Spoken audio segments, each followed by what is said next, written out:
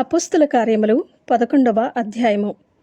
అన్యజనులను దేవుని వాక్యం అంగీకరించారని అపోస్తలులను యూదయ ఎందంతటనున్న సహోదరులను వినిరి. పేతురు యెరూషలేమునకు వచ్చినప్పుడు సున్నతి పొందినవారు నీవు సున్నతి పొందని వారి యొద్దకు పోయి వారితో కూడా భోజనము చేసితివని అతనితో వాదము పెట్టుకునిరి. అందుకు పేతురు మొదటి నుండి వరుసగా వారికి ఆ సంగతి ఈలాగు వివరించి చెప్పెను.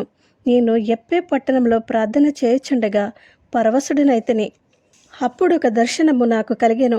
అది ఏదనగా 4 చెంగులు పట్టి దింపబడిన పెద్ద దుప్పటి వంటి ఒక విధమైన పాత్ర ఆకాశము నుండి దిగి నా యొద్దకు వచ్చెను. దానివైపు నేను తేరి చూచి పరీక్షింపగా భూమి యందుండు చతుష్పాద జంతువులను, అడవి మృగములను, ప్రాకిడి పురుగులను, ఆకాశ పక్షులను నాకు కనబడెను. అప్పుడు పేతురు, నీవు లేచి చంపుకొని తినమని ఒక శబ్దము నాతో చెప్పుట వింటిని.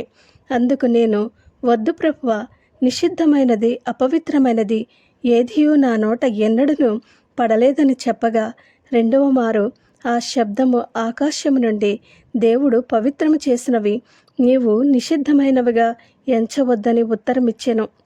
ఈలాగు ముమ్మారు జరిగెను. తరువాత అదంతయు ఆకాశమునకు తిరిగి తీసుకుని పోబడెను. వెంటనే కైసరియా నుండి నా యొద్దకు పంపబడిన 3 మనుష్యులు మేమున్న ఇంటి యొద్ద నిలిచియుండిరి.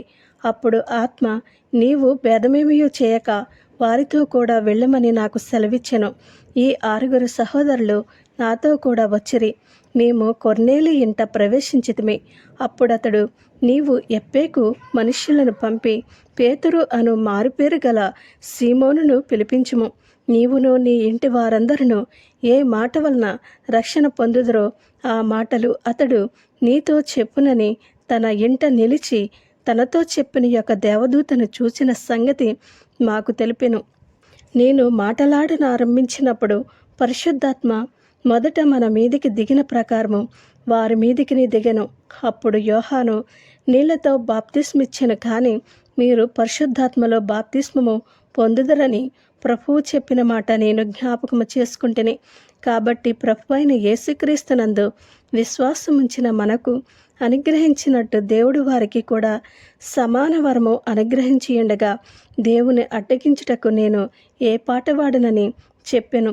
వారు ఈ మాటలు విని మరేమీ అడ్డము చెప్పక, అట్లయితే అన్ని జనులకును దేవుడు జీవార్థమైన మారుమనస్సు దయచేసి ఉన్నాడని చెప్పుకొనుచు దేవుని మహిమపరచరి. స్టెఫను విషయంలో కలిగిన శ్రమను బట్టి చెదరిపోయిన వారు యూదులకు తప్ప మరి ఎవనికి వాక్యము బోధింపక ఫెనీకే, కుప్ర, అంతియొకయు ప్రదేశముల వరకు సంచరించిరి. కుప్రియులు కొందరును, కురేనీయులు కొందరును వారిలో ఉండిరి.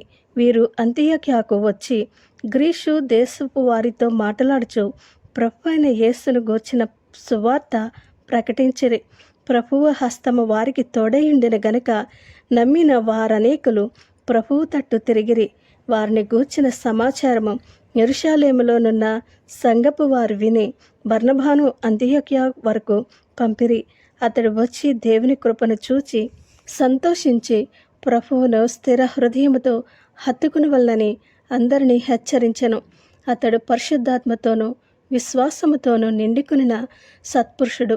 బహుజనులు ప్రభువు పక్షమున చేరిరి. అంతటా అతడు సౌలును వెతుకుటకు తార్సునకు వెళ్ళి అతనిని కనుగొని అంతియొకయకు తోడుకుని వచ్చెను.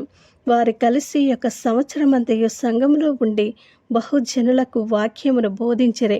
మొట్టమొదట అంతియొకయలో శిష్యులు క్రైస్తవులనబడిరి.